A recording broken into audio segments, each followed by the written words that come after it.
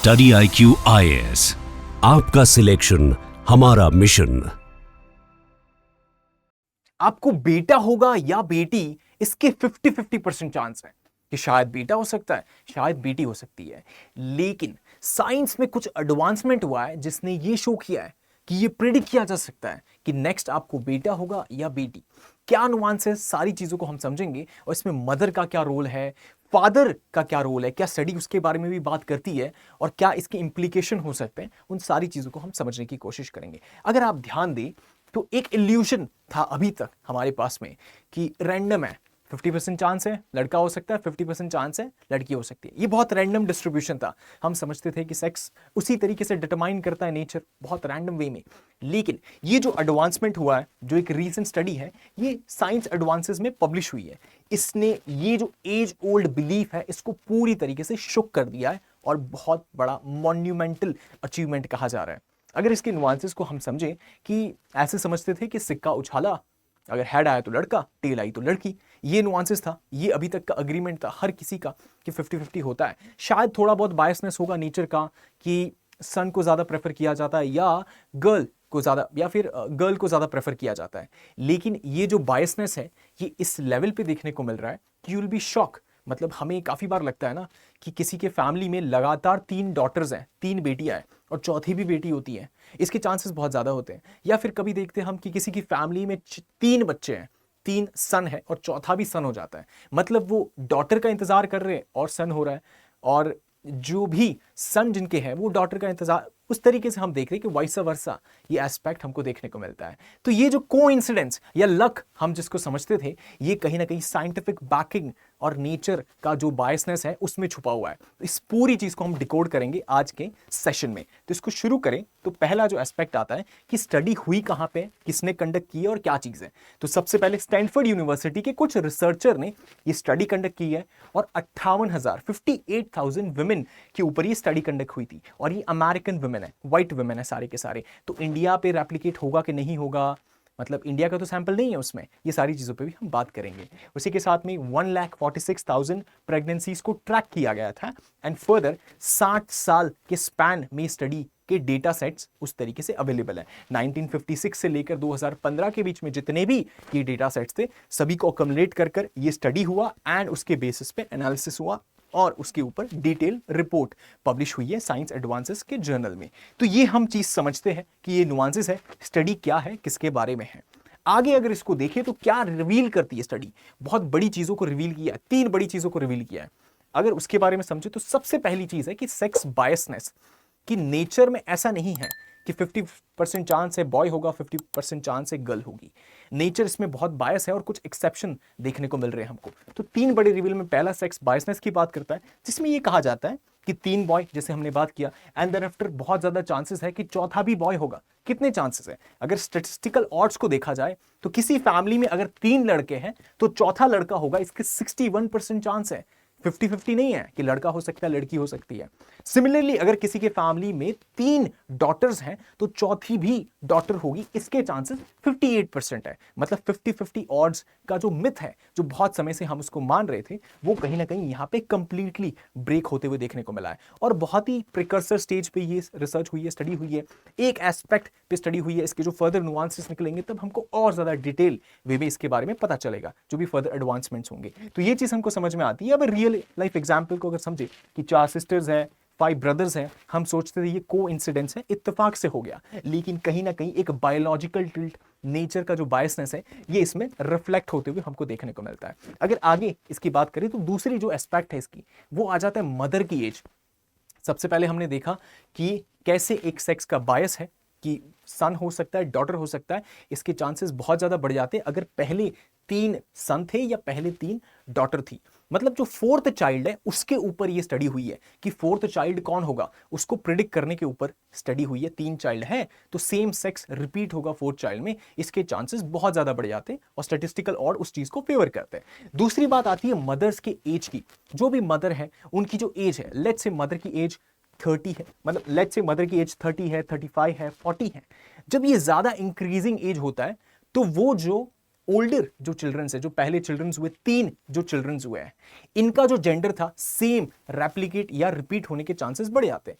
Let's say first is daughter, second is daughter, third is daughter, तो जो fourth kid होगा वो भी डॉटर होंगे, या फिर ये सन है, सन है, सन है, तो ये जो फोर्थ होंगे ये भी सन होंगे। तो ये जो रिपीट है ये हमको देखने को मिलता है इस एस्पेक्ट में। तो जितना ज्यादा एज मदर का उतना ज्यादा ये रिपीटेबिलिटी हमको देखने को मिला। तो रिसर्च में कैसे पता चला? लेट्स से आप देखेंगे कि रिसर्च में कोई वुमेन है 35 की एज की, तो उनके साथ में ये पैटर्न बहुत ज्यादा नोटिसेबल था। जब इसको कंपेयर किया गया किसी वुमेन जो 20s में है तो उनके साथ इतना रिपीटेबिलिटी नहीं देखने को मिला। तो ये एस्पेक्ट इसको प्रूव करता है कि मदर की इंक्रीजिंग एज उनको ज्यादा ससेप्टेबल बना देते हैं सेम जेंडर या सेक्स के रिपीट होने पर। और इसको ये नुआंसेस में आप समझेंगे कि ये चीज़ है कैसे ये रिपीट होता है।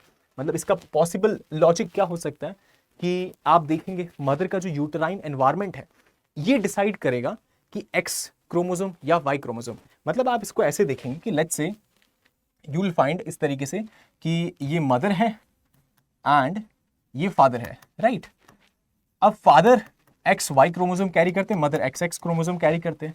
अब जो भी डॉटर होंगी उसके पास मदर का एक्स क्रोमोसोम आएगा एंड फादर का एक्स क्रोमोसोम आएगा, और वहीं पे जो सन होगा उसके पास में फादर का वाई क्रोमोसोम आएगा और मदर का एक्स क्रोमोसोम आएगा। मतलब ये फादर का जो स्पर्म में जो क्रोमोसोम है ये डिसाइड करेगा कि सन होगा या डॉटर होंगे। अब let's say X chromosome and Y chromosome, लेकिन व्हाट इफ यूटेराइन एनवायरनमेंट ये डिसाइड करे कि उसको एक्स क्रोमोसोम को ज्यादा फेवर करना है या वाई क्रोमोसोम को ज्यादा फेवर करना है। तब इस केस में हम ये समझ सकते हैं कि मदर का जो रोल है इसमें सेक्स डिटर्मिनेशन में ये कहीं ना कहीं ज्यादा देखने को मिल रहा है। लेकिन ऐसे ये पूरी कहानी नहीं है, इसके बहुत सारे नुआंसेस हैं। पैटर्नल जो फैक्टर है वो तो स्टडी में लिया ही नहीं गया, उस चीज को तो देखा ही नहीं गया। तो बहुत सारे मल्टीफेसेटेड चीजें आ जाती है जो मिलजुल कर एक्चुअल में उस तरीके से चीजों को रेप्लिकेट करती है। तो ये कहानी है कि कौन सा स्पर्म को फेवर किया जाएगा, ये एक एस्पेक्ट है। यूटेराइन एनवायरनमेंट कैसा है, यूटेराइन एनवायरनमेंट का किस तरीके से कौन से स्पर्म को लेकर ज्यादा टॉलरेंस है, एंड उसी के साथ में हार्मोनल कैसे शिफ्ट हो रहे हैं वहां पे उस एनवायरनमेंट में। तो ये सारी चीजें इस चीज को सब्सटेंशिएट करती है कि जो ज्यादा एज है जिन वुमेन की उनके अंदर ये जो रिपीटेबिलिटी है ये ज्यादा देखने को मिल सकती है। ये कहानी हो गई। एंड तीसरी बात आती है जीन्स की, कि जीन्स का भी बहुत इंपॉर्टेंट रोल है इसमें, कि फोर्थ जो चाइल्ड है वो सन होगा या डॉटर होगी, या जो रिपीट हो रहा है वो पैटर्न रिपीट होगा कि नहीं होगा। जैसे कि हम समझते हैं कि ये जीनोम वाइड एसोसिएशन स्टडी किया गया था, पूरे जेनेटिक जो भी सैंपल है उसको स्टडी किया गया, मिलियंस ऑफ जेनेटिक मार्कर्स को देखा, और उसको देखने के बाद में पता चला कि कुछ सर्टेन जीन्स हैं जो हर इंडिविजुअल्स में अलग होते हैं, जिसे हम कहते हैं SNPs, है ना, सिंगल न्यूक्लियोटाइड पॉलीमॉर्फिज्म। पॉलीमॉर्फिज्म हम समझते हैं कि कहीं कहीं कुछ ऐसे रीजन्स होंगे जो हर इंडिविजुअल में अलग होते हैं और उसको एक डिस्टिंक्ट आइडेंटिटी देते हैं, एक डाइवर्सिटी क्रिएट करते हैं। तो ये जो चीज थी इनके अंदर, इन जीन्स की वजह से ये रिस्पॉन्सिबल है उन नुआंसेस के लिए जिसके लिए हम कह रहे हैं कि फोर्थ जो चाइल्ड होगा वो भी उनका जो सेक्स है वो रिपीट होगा उस तरीके से, और इसकी लाइकलीहुड बहुत बढ़ जाते हैं कि multiple childrens of same sex हो। तो बिकॉज ऑफ दैट तो जेनेटिक जो हम रीजन दे रहे हैं ये SNPs पे बेस्ड है। तो ये एस्पेक्ट आ जाता है। और ये तीन चीजों के बारे में हम समझें तो क्या समझ में आता है कि आपका जो DNA है ये सटली कंट्रोल कर रहा है कि कौन सा जेंडर पैटर्न फॉलो होगा आपके किड्स के अंदर। आपका DNA बहुत इंपॉर्टेंट रोल प्ले करता है इसमें, ये चीज है। एंड उसी के साथ में हम समझते हैं कि एक वुमेन की जो बॉडी है इसको वायर किया गया है बायोलॉजिकली, उस तरीके से वायर्ड है कि हम समझेंगे कौन सा एक्स या कौन सा वाई क्रोमोसोम जो है स्पर्म का उसको किस तरीके से आने देना है, फेवर करना है, या कैसे उसके अराउंड चीज़ों को मैनेज करना है। तो ये चीज़ हमको समझ में आता है कि उनके जो डिस्टिंक्ट जेनेटिक प्रोफाइल है उसके हिसाब से चीज़ें उस तरीके से मैनेज होती है। तो ये एक एस्पेक्ट हम समझते हैं। तो इसकी वजह से मतलब ऐसे नहीं समझना चाहिए कि वुमेन का जो रोल है वही सब कुछ है। वुमेन के यूट्राइन एनवायरनमेंट में डिसाइड कर लिया लेट्स से वाई क्रोमोसोम को प्रेफरेंस कम देना है, दैट डजंट मीन कि ये एक ही एस्पेक्ट है। इसमें बहुत सारे एस्पेक्ट्स हो सकते हैं कि let's say Y chromosome itself में हमको देखने को मिल सकता है कि शायद उसकी वायबिलिटी इतनी नहीं है और वो इतना वाइटैलिटी नहीं है उसका कि वो फर्टिलाइज नहीं कर पा रहा है। ये भी एस्पेक्ट्स हो सकते हैं। तो बहुत सारे वेरिएबल्स हो सकते हैं जो इसमें रोल प्ले कर सकते हैं। तो इसके अगर ग्लोबल और कल्चरल इंप्लीकेशंस को देखें तो क्या हो सकते हैं। अगर इंडिया के केस की बात करें तो हमको समझ में आता है कि इंडिया में डिस्टॉर्टेड सेक्स सिलेक्शन होता है। उसी की वजह से हमारा जो इंडिया में sex ratio at birth NFHS national family health survey 5 जो है, जो 2019 से 21 के बीच का उस तरीके से पब्लिश हुआ था, उसकी रिपोर्ट बताती है कि 929 गर्ल्स है इंडिया में अपॉन 1000 बॉयज, मतलब गर्ल्स कम है और बॉयज उस तरीके से 1000 है, तो गर्ल्स उसके मुकाबले में कम है।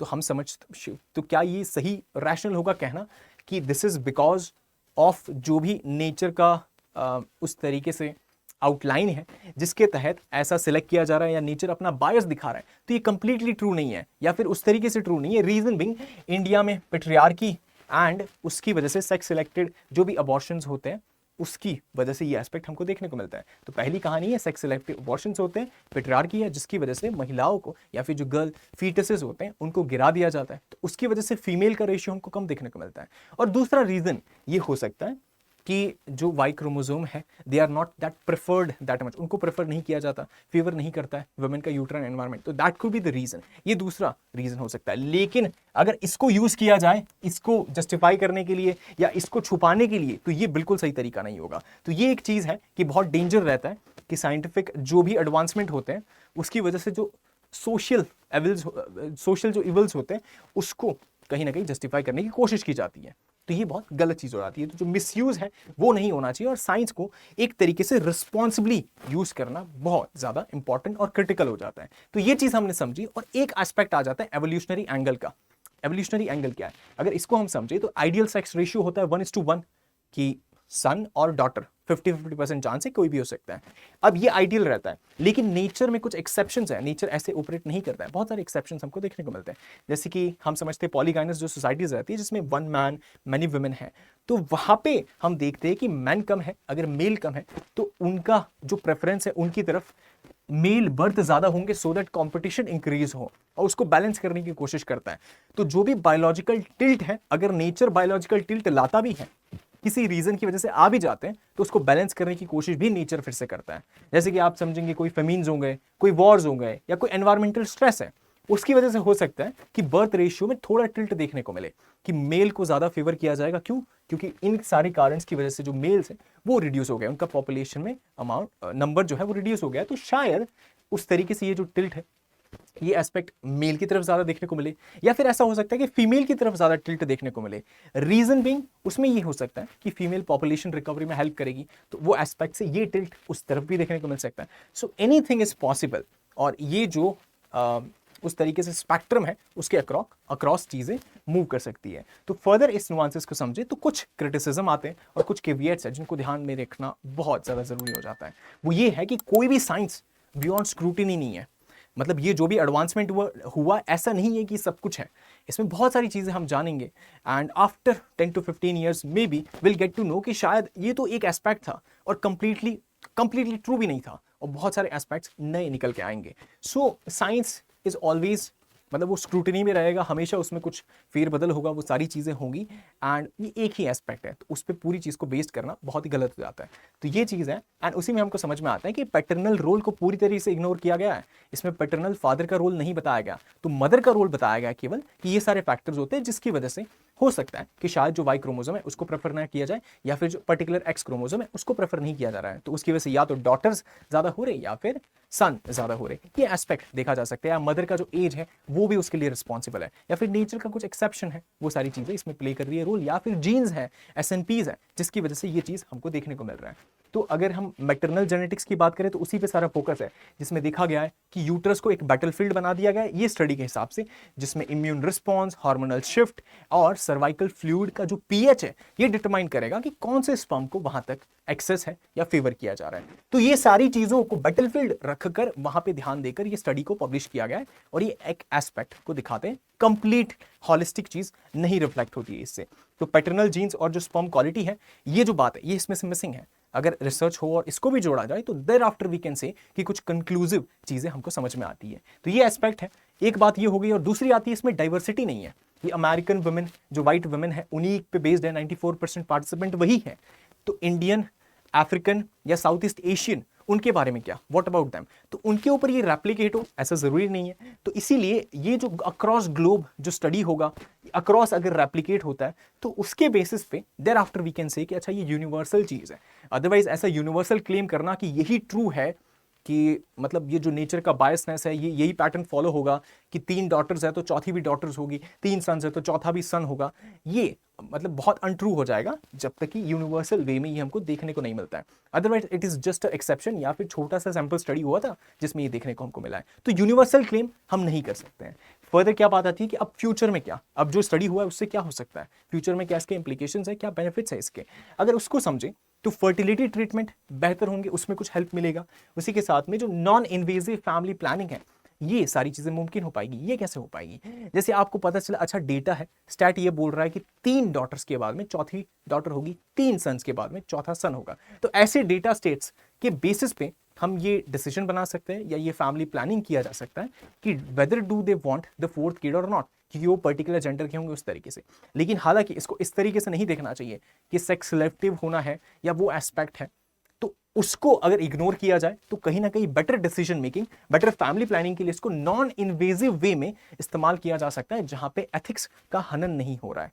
तो उसके ये जो डेटा ड्रिवन अप्रोच है, जिसकी वजह से हम ये जान पाएंगे कि व्हाट वी वांट और उस सारी चीज़ों पे उस तरीके से काम किया जा सकता है। तो ये चीज़ हमको समझ में आता है कि फ्यूचर में फर्टिलिटी ट्रीटमेंट्स और ये सारी चीज़ों में इसका यूटिलिटी है, इन सारे रिसर्च का और स्टडीज़ का। फर्दर हम समझें तो इंडिया और चाइना के अंदर सेक्स सिलेक्टिव अबॉर्शन बहुत ज़्यादा भारी मात्रा में होता है, एंड उसी की वजह से ये जो हमारा डेमोग्राफिक है बहुत ही डिस्टॉर्टेड है कि विमेन, जैसे हमने देखा 900 समथिंग ओवर 1000 बॉयज़ गर्ल्स उस तरीके से एट बर्थ की बात करें तो ये बहुत ही कम नंबर है। तो ये जो है ये इंडिया में भी है, चाइना में भी है, वहाँ पर भी रेप्लिकेट होता है। तो ये जो चीज़ है ये कंसर्निंग है। तो उसी वजह से हमें समझ में आता है कि ये एक एस्पेक्ट है जो ह्यूमन ने क्रिएट कर दिया है। दूसरा है कि नेचर के पास ऑलरेडी कुछ बायसेस हैं, मतलब नेचर किसी को प्रेफरेंस दे रहा है, किसी को प्रेफरेंस नहीं दे रहा है, किसी को फेवर कर रहा है, किसी को फेवर नहीं कर रहा है। एंड ये जो चीज है नेचर कर रहा है तब तक ठीक है, लेकिन जब उसको ह्यूमन क्रिएट कर देते हैं और उसमें डिस्टॉर्शन लाने की कोशिश करते हैं तब वो दिक्कत की बात होती है, बिकॉज नेचर उसको कहीं ना कहीं बैलेंस कर देगा, ह्यूमंस के लिए उसको बैलेंस करना इज वेरी डिफिकल्ट। तो ये चीज हमको समझ में आती है। तो ये जो बायसेस है, जो भी बायसेस है, उसके बेसिस पे कुछ ना कुछ लीगल या सोशल या एथिकल अप्रोचेस को अडॉप्ट कर कुछ रिफॉर्म लाए जा सकते हैं, जिससे चीज़ों को बेटर किया जा सकता है। तो दैट इज समथिंग जो ये रिसर्च की स्टडी है, उससे पॉलिसी मेकिंग में कुछ ज़्यादा हम इम्पैक्ट क्रिएट कर सकते हैं, कुछ हेल्प क्रिएट कर सकते हैं। फर्दर हम समझते हैं कि इसको मिस रिप्रेजेंट नहीं करना है, मिस इंटरप्रेट नहीं करना है, और जब ये नहीं होगा तब हम इंश्योर कर पाएंगे कि जो भी वुमेन के गर्ल्स के अगेंस्ट में डिस्क्रिमिनेशन होता है वो डिस्क्रिमिनेशन ना हो, और इस चीज़ से डिस्क्रिमिनेशन बढ़ना नहीं चाहिए, है ना। ये चीज़ कहीं ना कहीं ये शो करती है कि नेचर का भी एक बायस हो सकता है, वो एस्पेक्ट हमको समझ में आता है। तो डिस्क्रिमिनेशन अगेंस्ट वुमेन और जो मिस रिप्रेजेंटेशन है, मिस इंटरप्रिटेशन है, ये ना हो, और ये एस्पेक्ट को अगर मैनेज किया जाता है तो ये बहुत ही सिग्निफिकेंट जो मार्वलस अचीवमेंट हम कह सकते हैं कि स्टडी उस तरीके से हुई है, जिसमें हमें ये सारे डेटा सेट्स और ये सारी चीज़ों को बारे में पता चला है। फर्दर हम समझे तो nature isn't a coin toss कि सिक्का उछाला लड़का हुआ या लड़की हुई। नेचर ऐसा नहीं है। नेचर में कभी कभार हम कहते हैं कि 50% हो सकता है शायद ये जब तक हमें चीज़ें पता नहीं होती, हमें लगता है लक है, कोइंसिडेंस है, उसकी वजह से बार बार ये चीज़ें रिपीट हो रही है। लेकिन thereafter we get to know कि नेचर के कुछ बायसेस है, नेचर के कुछ प्रेफरेंसेस हैं, जिसकी वजह से हमको कोई पैटर्न देखने को मिल रहा है। और यही चीज़ है कि एक सटल बायस गेम है नेचर, और उसी में हम समझते हैं कि हमारा जो भी बर्थ या बायोलॉजी या बिलीफ को लेकर जो भी थॉट्स है उसको कहीं ना कहीं रीथिंक करना ज़रूरी है। हम सोचते हैं कि ये पैटर्न यही फॉलो होना चाहिए, और कुछ उसको ब्रेक करता है तो हम समझते हैं कि यार देयर इज समथिंग रॉन्ग, लेकिन नेचर है, उसमें एक्सेप्शंस हो सकते हैं, वो सारी चीज़ें हैं। तो ये अगर हम इसको स्टडी करते हैं तो बेटर वे में हम अपने आप को समझ पाएंगे, अपने एनवायरनमेंट को समझ पाएंगे और नेचर को समझ पाएंगे। तो ये कहीं ना कहीं बहुत ही इंपॉर्टेंट डेवलपमेंट हमको देखने को मिलता है। एंड जो 4th सन है वो that is not just a luck, ये एक प्रेफरेंस है, और हम समझेंगे कि जेनेटिक पैटर्न है, एज है और बायोलॉजिकल नज है, जिसने इंश्योर किया कि 4th सन ही होना चाहिए या 4th डॉटर ही होनी चाहिए। ये चीज़ हमको समझ में आता है। तो फाइनल कंक्लूजन में अगर हम कहें कि nature is not a coin toss anymore, ये एक्चुअली नेचर अपने जो प्रेफरेंस है उसको विस्पर कर रहा है, और ये चीज़ हमको इससे समझ में आता है। तो ये पूरी कहानी थी कि कैसे एक साइंस एडवांस जर्नल में ये चीज़ पब्लिश हुई है कि नेचर का जो बायस है ये हमको समझ में आता है कि बॉय होगा या गर्ल होगी, इसके 50-50% चांस नहीं है। ये डिपेंड करता है मैटरनल एनवायरनमेंट पे, यूट्राइन एनवायरनमेंट पे और बहुत सारी चीज़ों पे। हालांकि एक ही एस्पेक्ट की बात करता है, दूसरे एस्पेक्ट्स को भी अगर उस पर रिसर्च हो तो एक हॉलिस्टिक अंडरस्टैंडिंग उसकी डेवलप हो सकती है। लेकिन एज ऑफ नाउ ये सारी स्टडीज़ है और इस तरीके से ये चीज़ हुआ है, और ये पूरी कहानी थी कि कैसे इसके फ्यूचर इम्प्लीकेशंस हो सकते हैं, कैसे इसको गलत तरीके से रिप्रेजेंट किया जा सकता है, और कहीं ना कहीं अपने जो रॉन्ग बिलीव्स है उसको जस्टिफाई करने के लिए यूज़ किया जा सकता है। तो वो ज़रूरी है, उसके बारे में भी जानकारी होना बहुत इंपॉर्टेंट है। तो ये सारी कहानी इसके बारे में थी। और इसी के साथ में अगर आप 12th खत्म हुआ आपका, आप फर्स्ट ईयर ऑफ ग्रेजुएशन में हो, और आप आईएएस की तैयारी करना चाहते हो और 2028 में अपना पहला अटेम्प्ट देना चाहते हो, तो आप स्टडी IQ आरंभ को ज्वाइन कर सकते हो, जहाँ पे 3000 समथिंग सब्सक्राइबर्स हैं। और रिसेंटली चैनल क्रिएट हुआ है जहाँ पे 2028 के बारे में, कॉलेज के साथ में कैसे तैयारी करनी है उसके बारे में सारे वीडियोस को पॉपुलेट कर दिया गया है। ऑप्शनल कौन सा चुने, 12-14 घंटे पढ़ने की आवश्यकता नहीं है। कॉलेज के साथ में, कॉलेज को एंजॉय करना है, उसके साथ में यूपीएससी की प्रिपरेशन आप सिर्फ अगर 2 घंटा दी तो उसके साथ आप इसकी तैयारी इंश्योर कर सकते हैं। तो ये सारी चीज़ें हैं। ऑप्शन का सिलेक्शन, 3 साल का क्या मास्टर प्लान होना चाहिए, कैसे हम तैयारी करें, फर्स्ट ईयर में कैसे फाउंडेशन पढ़े, history, geography, polity, economy, second year में कैसे मिसलिनियस सब्जेक्ट्स को कवर करें जिसमें मेंस के सब्जेक्ट्स हो गए, सिक्योरिटी, ये सोसाइटी, ये सारे एस्पेक्ट्स, एंड थर्ड ईयर में कैसे फाइनल एकदम फुल थ्रॉटल में जाए ताकि अपना 2028 का जो अटेम्प्ट है उसको बहुत अच्छे से क्रैक करें और अच्छे से दे। तो ये जो चीज़ है यहाँ पे आप ज्वाइन कर सकते हैं, वहाँ पे आपको ये चीज़ मिल जाएगा। उसी के साथ में आपकी कोई भी क्वेरीज हो आप मदन चौधरी स्टडी IQ पे जाकर ज्वाइन कर सकते हैं। वहाँ पे टेलीग्राम पे अपनी जो भी क्वेरीज है उसको लिस्ट डाउन कर सकते हैं, वहाँ पे इसको सॉल्व करने की कोशिश की जाएंगी। So I hope and wish आपको वीडियो पसंद आया, अगर पसंद आया हो तो do like, share, subscribe and share with your friends and fellows. Thank you so much for watching, see you in the next video.